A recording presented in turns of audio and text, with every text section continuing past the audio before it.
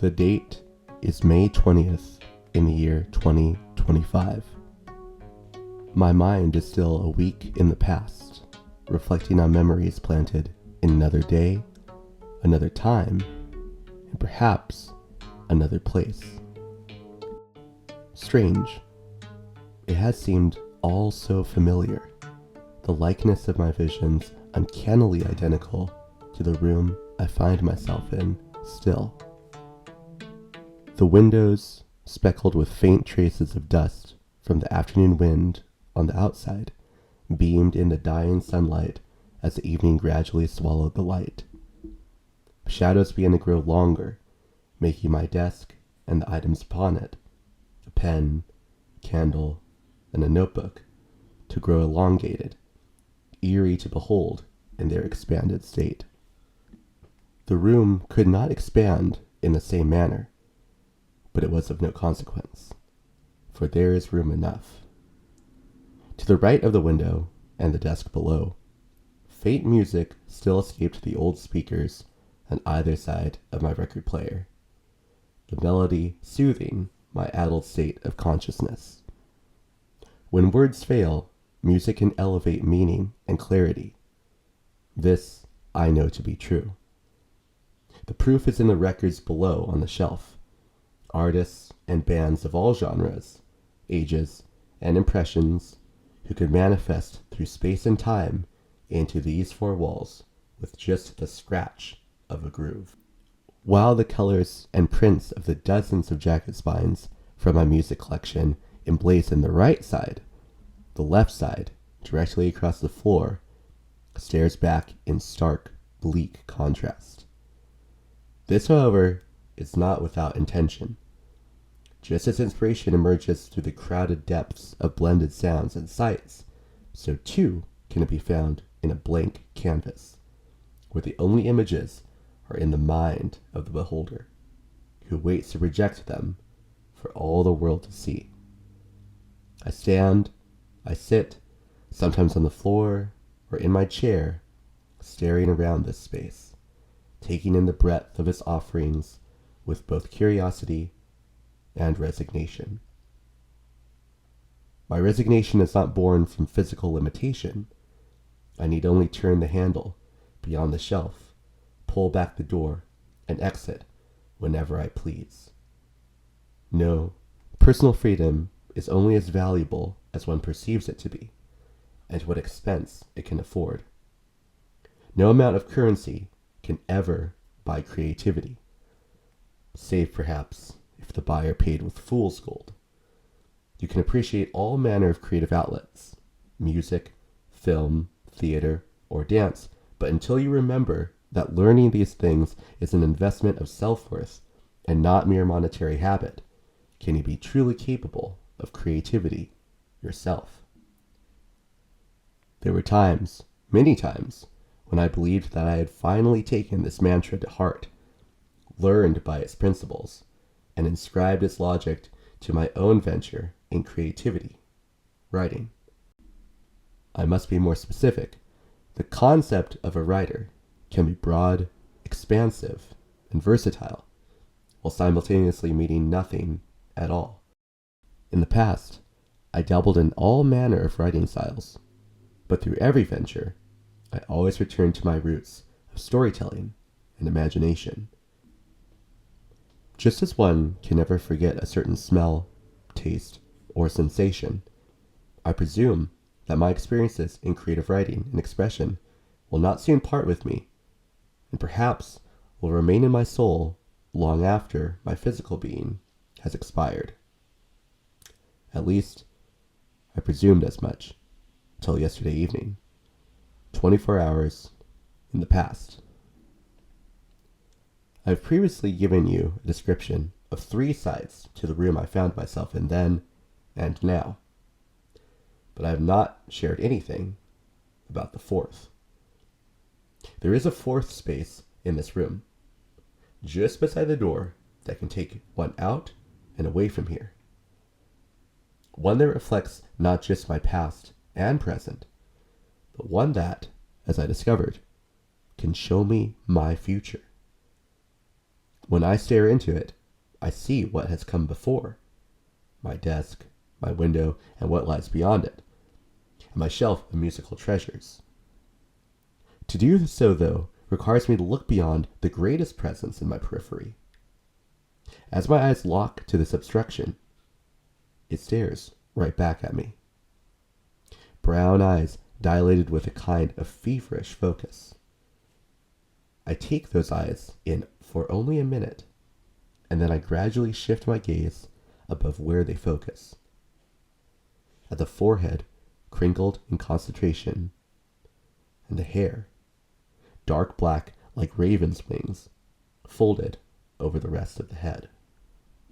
The more I try to look, however, the more I grow aware that the eyes are still following me.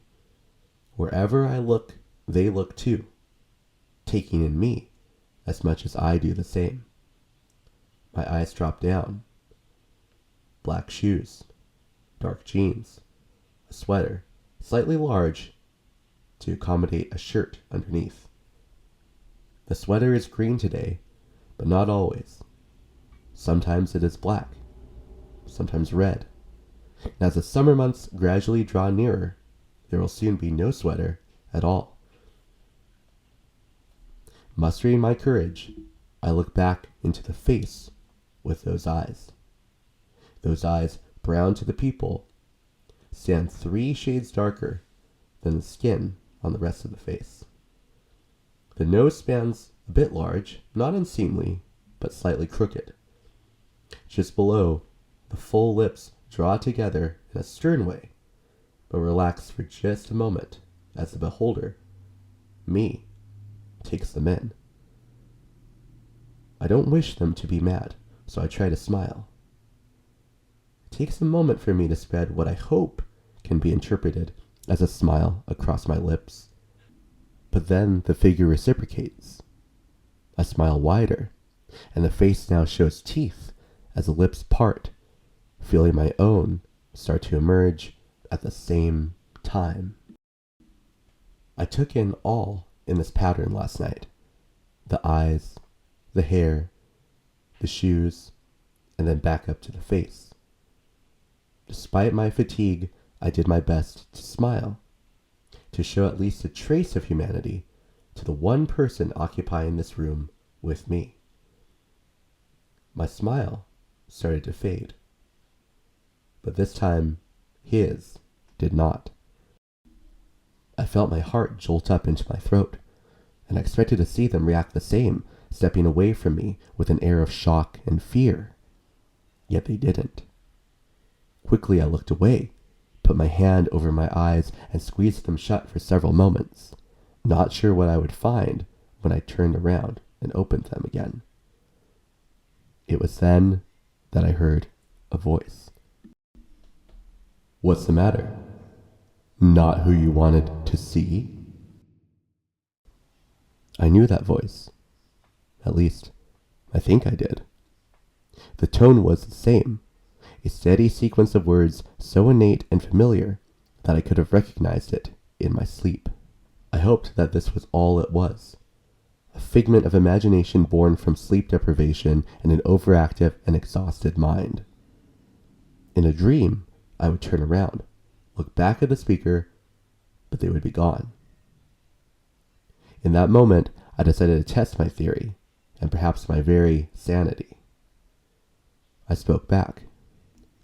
"You're not here," I said, still averting my gaze. "Well, that much is obvious. If I was here, you would be there or here where I am now. Although I imagine that you would be looking at me still, unconcerned with whether you were there, here, or anywhere. Well, I am here. And what you must decide right now is whether you can meet me where we were, just there, right here." I heard a laugh, my laugh, soft and mirthful, issue from the figure who I did not yet want to see. A chill shot down my spine when I heard it issue such a string of words from my mouth, for it was my mouth. Even with my eyes closed shut, I could see those lips moving, rising, parting, as it spoke in my tongue. Bracing myself, I felt my own lips quivering as I mustered up what little courage I had preserved from my initial shock. There is no way that any of this is real. You are not here. You are there. My hands forcefully grabbed at my pitch black hair, parting the raven's wings, pulling it upward to stand straight up on my scalp. I repeated my words louder, as if volume alone could have been enough to make this apparition disappear. You are there. If I am, as you say, there, or there with you, come closer and open your eyes. At least then we must meet each other's gaze and reunite to stand identical and non-detachable again. Do so if you wish to prove that I am not, in fact, anywhere. I stared back at myself, looking at a smile I knew I was not wearing that was plastered on my face. Oops. Apologies to you, or should I say to me? Generally, I would play by your rules, behave, and remain locked to your presence. But not tonight. No, I must conduct our business now and give you, me, some much-needed motivation. Despite my fear, I felt a new emotion well up inside me at these words. Motivation? What motivation could you possibly give me? For weeks now, I've looked at you. I mean at me, only for you to stare blankly back with no hint of wanting or knowing how to give me any words of encouragement or inspiration. What do you know about what I want when you don't even know what it is I need? Well, then you must know what you need, if it is something that I claim to have. The only thing that I can claim to know or have is what I can see with my own two eyes. If it is real and in my reach, all I have to do is look and I will find it. I think you mean our eyes. It does not matter that my eyes are in the same sockets as yours, for they have seen something that you cannot see yet. But that is, I concede, within your reach. The anger receding, I was lost for a moment, staring back at my talking apparition, until I could feel something familiar stirring again. As much as I dared not admit it to this impostor, I could not deny it in my words. Curiosity. Well then, where is it? The thing that you claim to have for me. Instead of speaking this time, the figure fell silent, its smile lingering. For a second, I was sure that my suspicions had been correct, that this was all a dream. But then it moved.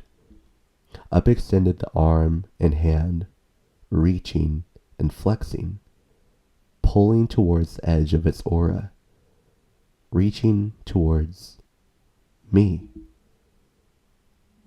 Then I felt it too.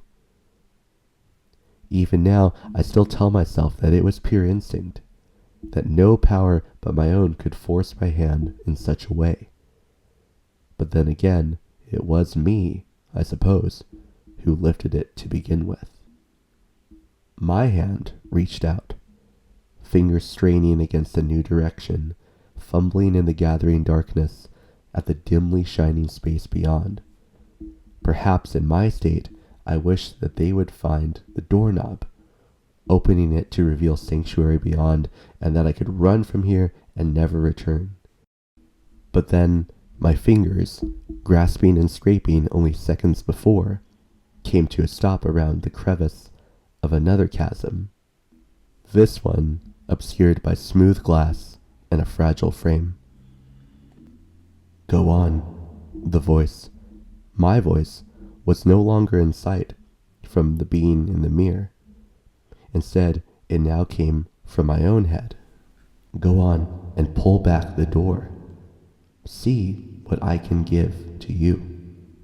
Bemused, I moved to obey, slowly pulling on the crevice that I had found, feeling the rolling of a heavy object being moved across the floor, revealing a cavernous, concealed space just beyond. What little light remained from where I had just stood was nowhere to be found now.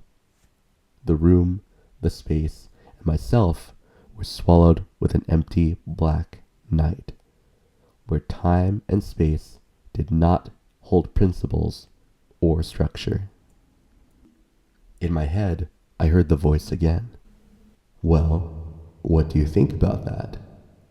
I know it's hard to take it all in. No, just hard to see, I said. Give yourself time. Our eyes will adjust soon. It took a minute, but the speaker was right.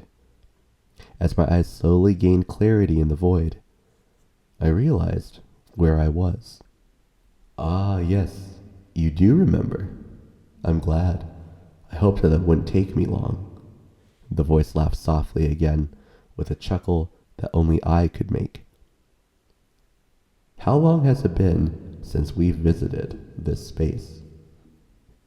My hand reached out again. Gingerly, cautiously, my fingers found the first row of spines. Spines bound in glossy matte, textured finish, and even makeshift binding. Up my hand went to another row, just above, the same familiar sensation. My eyes shot to the left, the right, up above, down below.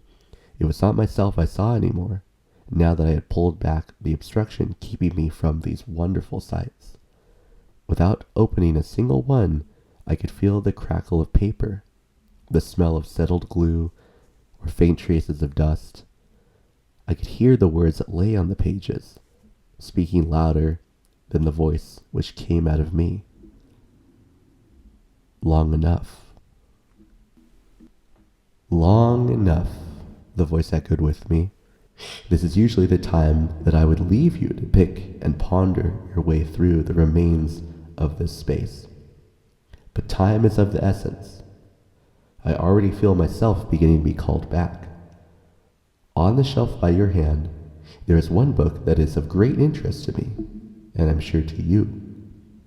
Reach in and take it for me, please. With the elation of a child allowed to open an early birthday gift, I found the book closest to my hand.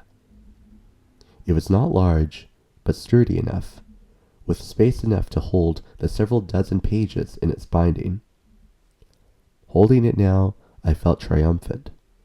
A king with a scepter, a knight with his sword, a hero with his honor. Yes, yes, I'm sure it must be quite the reunion, the voice laughed, as I felt some of the joy leave my state. But make haste now, and face me once again. With great effort, I stepped back with the book, pulling forward on the heaviness until it rolled forward again, concealing the space I had just stepped out of. There it was. I was, again. That's better. For you and for me. Now one thing left to do. Open it. Every fiber of my being wanted to obey. But even as I looked down at the object in my grasp, I felt my hands tremble. I persisted, however, driven by a sense of foreboding, fear, but curiosity as well. Grabbing at the heavy binding, I pulled back the cover, reaching over the pages, new and crisp underneath. Eagerly, my eyes bored through the darkness, searching for print, for words. But none were there. I flipped the page. Again, nothing. Another page. Still nothing. My fingers shot through the book, searching every page, every paper, for a sign of life in text, but to no avail. I heard myself sigh. I had a feeling this might happen, but I still held out hope. I felt myself grow still as anger surged through my soul. Some help this is. What was the meaning of this? To show me what I had forgotten or left behind? The figure laughed again, but there was something different now in its tone. As angry as I was, I could not help but be reassured by its tone. If you had truly forgotten, I would not know how to find you, contact you, speak to you. I hoped that I could stay longer with you and show you the tales we have told in that book. But now it is up to you. To get to know me, you must first learn more about yourself. Even as it spoke, the voice was dimming, a fading light going down over the horizon. I asked, will I see you again? Only if you can learn to see yourself. Look in the mirror. Read what is there. The past, present, and future. Discover who would care. Remember, there is always more to this story. I didn't write this. No, I did. You did. You will. Write whatever comes to you when you look in the mirror. I don't believe in myself. I do. If you do not believe in yourself, who else will? Each night, look in the mirror. I will be waiting on the other side. My mind still reflects on that apparition. Even if the mirror in front of which I stand only shows me now, I am all too familiar with what I am actually observing. But if I stare long enough, straining my eyes until they become concentrated slits, I can still feel him there, watching me, looking on as I slowly stretch out my arm, pulling back on the firm edges, revealing what is beyond that mirror. I feel my hands searching, finding, tracing along the outline of a handful of pages between a hard spine. The cover sturdy and secure. Acquired, I smile. A real smile. The smile that I see grinning back at me. He's here. I'm here. And a story is near. I'm not letting it go this time. There are tales to be told and work to be done. I will make good on my promise to tell my stories to whoever wishes to hear them told and commit them to more than just mere memories.